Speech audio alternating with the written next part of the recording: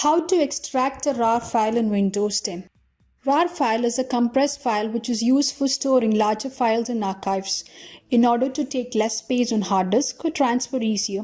You'll easily recognize a RAR file because it uses a file name extension .rar. Unfortunately, Microsoft didn't add native support to Windows 10, so to manage .rar files, we'll have to use a third-party program. The best program for creating and extracting .rar archive is WINRAR. Download WinRAR from the official website.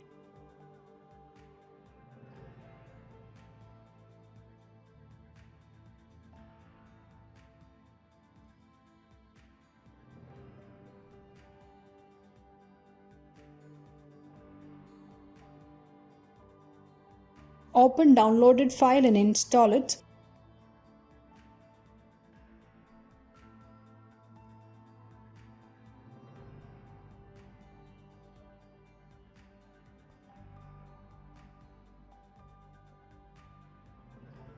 After installation, just right-click on the file, select Extract File or Extract here.